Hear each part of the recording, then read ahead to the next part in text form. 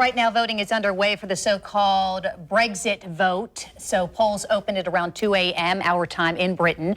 People there deciding if Britain remains part of the European Union or strikes out on its own. The decision will certainly have wide-ranging implications for us here in the United States, along with, quite frankly, the rest of the world. Joe Krier from Krier Wealth Management is joining us now to discuss what this really means for all of us. Good morning, Joe. Thanks for being here. Do appreciate it.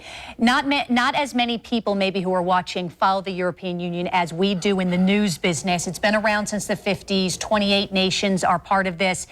Give a little background, if you don't mind, on the benefits of being part of the European Union, Sure. Setting politics aside. Definitely. Well, it was formed after World War II as all these European nations needed to have some form of cohesiveness, and it really was about them getting along with each other initially, but it's evolved into sort of a major economic entity as globalization has evolved over the last 50 years or so. So let's talk a little bit about then the vote that's happening right now. It's interesting too because we've seen quite a bit of it's apparently very, very close when it comes to the referendum. We did see just the tragic murder, of course, of a member of Parliament, Joe Cox, in favor of staying within the EU union. There has been talk that that her murder might have had something to do with this issue going on. Did anybody anticipate it would be this close? No, definitely not. In fact, David Cameron, in his campaign a couple of years ago for prime minister, sort of promised this as a one-off type item in a debate, and so he put it up there, never expecting it to evolve into what it has. And as of the opening of the polls this morning, the margin of error was too close to call. Now the markets are kind of leaning towards it being rejected, but it's as you said, it's a symptom of something much bigger going on out there. Okay, and let's talk specifics also a little bit, and we want to talk about how it will impact us. But first of all, the arguments to why Britain should leave the EU.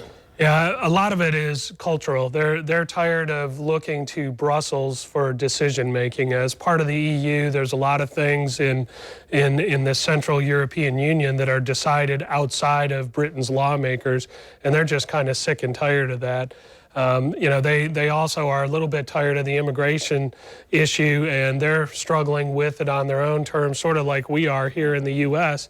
And I'm not certain that this is the right answer to that, but it's definitely a big part of the push. And staying in?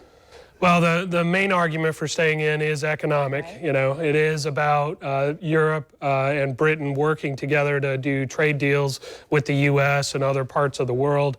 It's about free trade with businesses within Europe. But Britain sees it as sort of a leash and a collar on them, keeping them from going their own way and growing into a bigger and better economy. And nobody could really tell until this would be over for 5 years. And the effects then on the world and also on our investments, as an example, and trade here in the United States. Everything is tied together. If you look at, say, the U.S. markets over the last year, the two biggest events in August of last year and then January of this year were caused by currency devaluations in China.